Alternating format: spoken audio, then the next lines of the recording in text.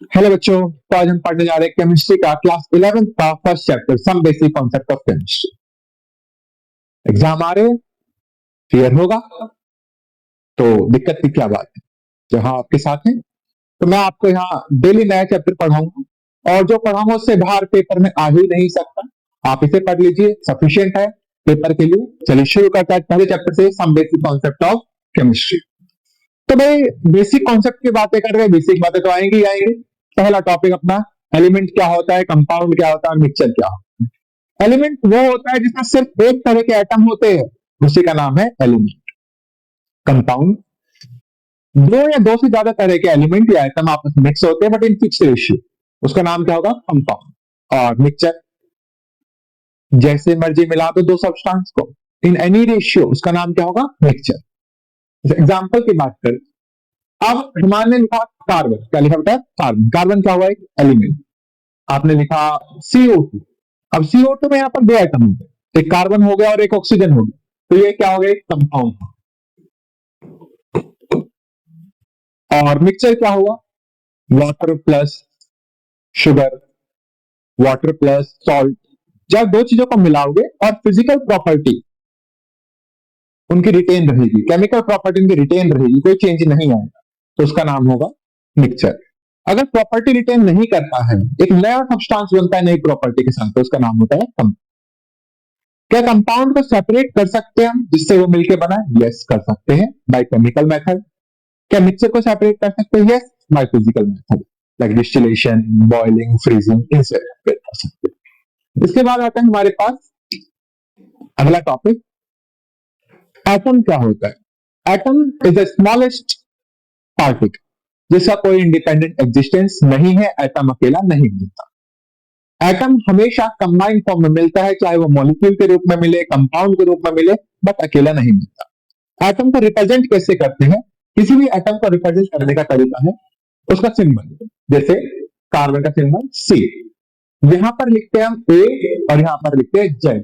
Z मतलब होता है आपका एटॉमिक नंबर। क्या मतलब होता है Z का, एटॉमिक नंबर। अब ये एटॉमिक नंबर क्या होता है, एटॉमिक नंबर होता है नंबर ऑफ प्रोटॉन के बराबर, यानी जितने प्रोटॉन है ना वो ही क्या होगा, हमारा एटॉमिक नंबर। ए क्या हुआ, ए हुआ हमारा atomic mass. Atomic mass, atomic mass किसके बराबर होता है, एटॉमिक मास बराबर होता है प्रोटॉन प्लस न्यूट्रॉन के बराबर। और इलेक्ट्रॉन किसके बराबर होते हैं, अगर नंबर ऑफ प्रोटॉन बराबर होते हैं किसके, number of electron. Number of electron, जब उस पर कोई भी चार्ज नहीं होता तो जितना पॉजिटिव चार्ज होता है उतना ही नेगेटिव चार्ज होता है। Proton positive charge, electron negative charge और न्यूट्रॉन पे कोई भी चार्ज नहीं होता। इसके बाद आता है हमारे पास एक क्वेश्चन कर लेते हैं। यहां पर ये हमारे पास एल्यूमिनियम है, इसमें 13 और 27 में एटॉमिक नंबर क्या है, एटॉमिक मास क्या है, ये हमारा क्या हो गया एटॉमिक नंबर और ये हमारा क्या हो गया एटॉमिक मास। ठीक है, तो प्रोटॉन इलेक्ट्रॉन न्यूट्रॉन कितना, प्रोटॉन हो गए हमारे एटॉमिक नंबर के बराबर 13, इलेक्ट्रॉन भी कितने हुए 13, क्योंकि जितना प्रोटॉन है उतना ही इलेक्ट्रॉन होगा। न्यूट्रॉन कितने हुए, न्यूट्रॉन मास माइनस प्रोटॉन कितना है 4। ठीक है, तो ऐसे हम निकाल सकते हैं इलेक्ट्रॉन, प्रोटॉन और न्यूट्रॉन। इसके बाद आता है हमारे पास नया topic, empirical formula. Empirical formula क्या होता है, यहां से क्वेश्चन आएगा ही आएगा 11th के पेपर में। क्या होता है समझते, किसी भी कंपाउंड का, किसी भी मॉलिक्यूल का जो सिंपल से सिंपल रेशियो होता है उसका नाम होता है एम्पिरिकल फॉर्मूला। फॉर एग्जाम्पल यहां पर मैंने कुछ एग्जाम्पल लिखे आपके लिए, इनका CO, अब यहां पर कोई सिंपल रेशियो नहीं बन पा रहा है तो यही मॉलिक्यूलर फॉर्मूला है और यही एम्पिरिकल फॉर्मूला है। बट लाइक ऐसे होगा P4O10, तो क्या सिंपल रेशियो बन रहा है, यहाँ पर 2 कॉमन आ रहा है, P2O5। ये क्या हो गया अपना एम्पिरिकल फॉर्मूला और ये क्या हो गया हमारा मॉलिक्यूलर फॉर्मूला। तो हम ऐसे एम्पिरिकल फॉर्मूला और मॉलिक्यूलर फॉर्मूला को मिला। एक क्वेश्चन करते हैं इस पर, एनसीईआरटी क्वेश्चन है, बड़ा इंपॉर्टेंट क्वेश्चन है। नाइट्रोजन 28% है, हाइड्रोजन 8% है, ऑक्सीजन 64% है। और क्वेश्चन में मॉलिक्यूलर मास दिया है, मॉलिक्यूलर मास मतलब मॉलिक्यूल का मास, एटॉमिक मास मतलब एटम का मास कितना दिया है 300। हमें दो चीज निकालनी, क्या क्या निकालना है, एम्पेरिकल फॉर्मूला निकालना है और मॉलिक्यूलर फॉर्मूला निकालना है। तो कैसे निकालते हैं, चलिए शुरू करते हैं। बहुत आसान तरीका है निकालने का, एक टेबल बनाएंगे, टेबल के साथ याद करते हो A B C D E और एफ। ए मतलब क्या होता है, ए मतलब सीरियल नंबर, बी मतलब एलिमेंट, बी मतलब एलिमेंट, सी मतलब परसेंटेज, डी मतलब एटॉमिक मास,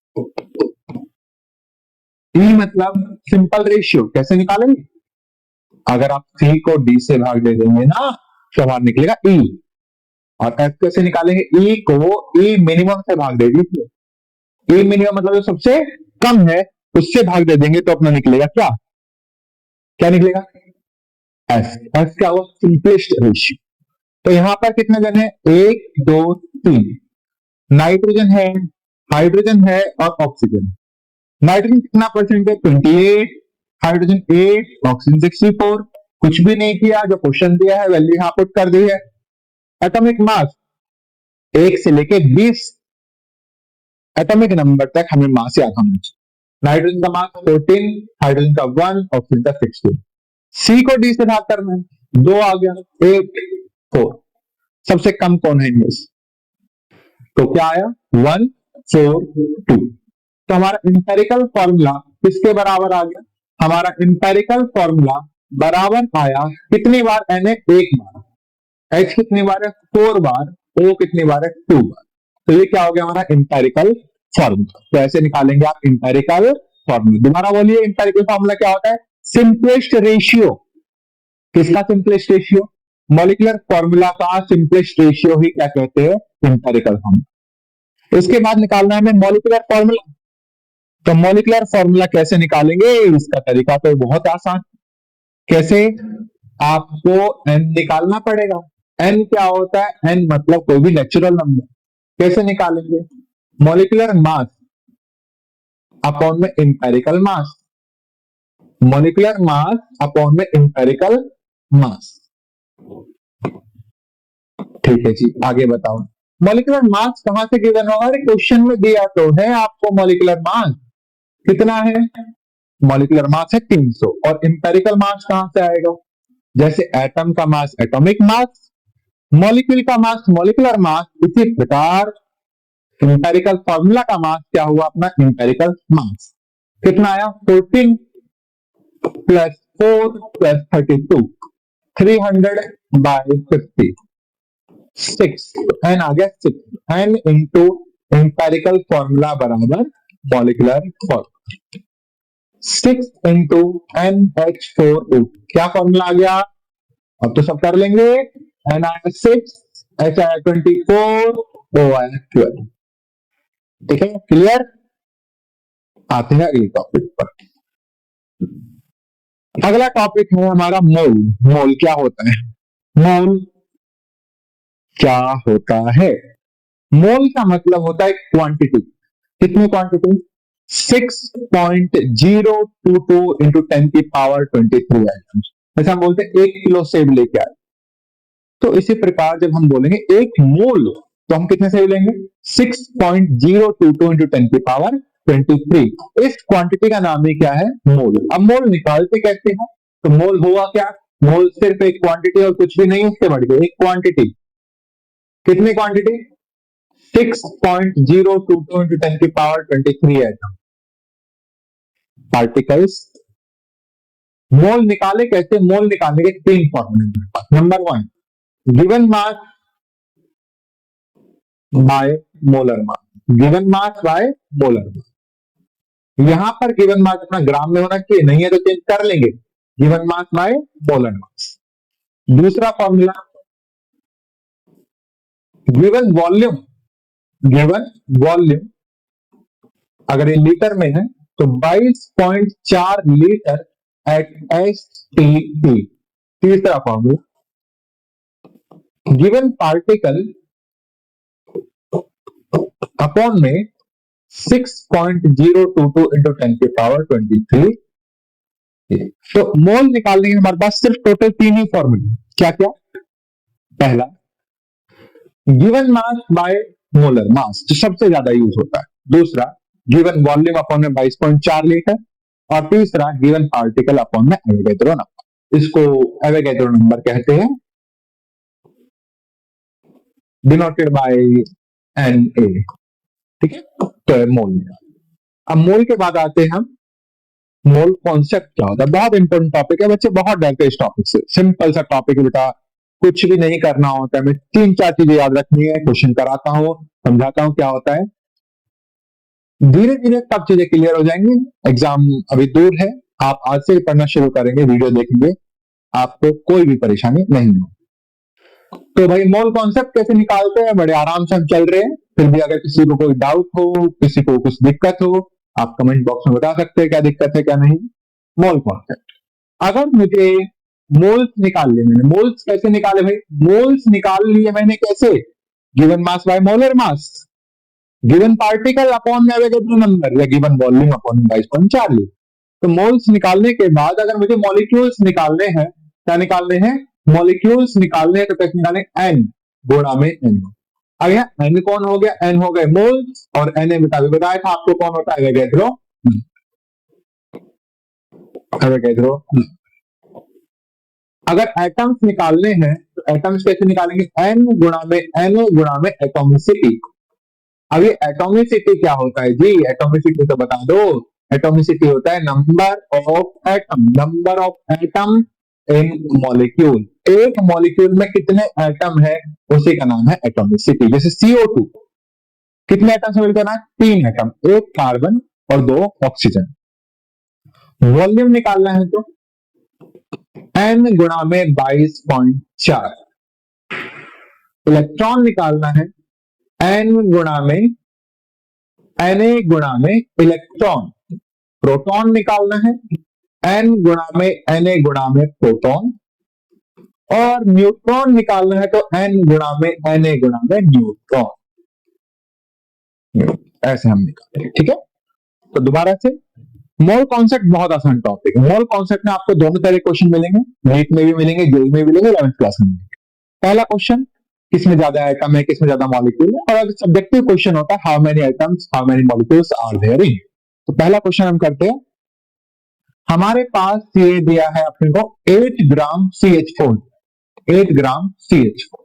इसमें अपने को निकालने हैं मोल्स, निकालने हैं मॉलिक्यूल्स, निकालने हैं एटम्स, निकालने हैं वॉल्यूम, निकालना है इलेक्ट्रॉन, प्रोटॉन और न्यूट्रॉन। ये सब चीजें हमें निकालनी, ठीक है। बड़ा आसान सा बेसिक सा क्वेश्चन है, इंपॉर्टेंट क्वेश्चन, पूरा मोल कॉन्सेप्ट कवर एक क्वेश्चन, एक क्वेश्चन का बहुत। मोल्स कैसे निकाले हैं? मास दिया, मास दिया तो फॉर्मूला याद करो, गिवन मास बाय मोलर मास। कितना गिवन मास है? 8। मोलर मास कितना? 16, 0.5। मॉलिक्यूल्स क्या सिखाया? n इंटू Na, तो 0.5 इंटू Na। Na क्या होता है? 6.022 इंटू 10 की पावर 23। एटम्स निकालने, 0.5 इंटू Na इंटू कितने एटम है CH4 में? 1 और 4, 5। Volume 0.5 into 22.4। Electron n into Na into electron, यही तो था हमारे पास। n कितना है? 0.5 इंटू Na इंटू में कितने इलेक्ट्रॉन है? कार्बन में 6 इलेक्ट्रॉन, हाइड्रोजन में 4 इलेक्ट्रॉन, तो 6 और 4 10। प्रोटॉन, अगर कोई चार्ज नहीं है तो जितने इलेक्ट्रॉन है उतने ही क्या होंगे? प्रोटॉन। 0.5 इंटू Na इंटू में प्रोटॉन कितना आया? 0.5 इंटू Na इंटू में 10। न्यूट्रॉन, हाइड्रोजन में तो न्यूट्रॉन होते नहीं है, तो क्या आया? 0.5 इंटू Na इंटू 6। ठीक, तो ये हमारा कवर हो गया मोल कॉन्सेप्ट। तो यहां तक हमने लगभग चैप्टर को आधा कर लिया है। अगली क्लास में मिलेंगे हम limiting reagent, stoichiometric calculations and measurement of concentration के साथ, जहां पर चैप्टर कंप्लीट करेंगे। कुछ इंपॉर्टेंट क्वेश्चन भी बताऊंगा आपको जो पेपर में आ सकते हैं। ठीक है, एनसीईआरटी क्वेश्चन हो गए, एक्स्ट्रा क्वेश्चन हो गए, ताकि आपका जब भी एग्जाम हो आपका सारा यहाँ पे कवर हो जाए। ठीक है, मिलते हैं नेक्स्ट क्लास में। Thank you.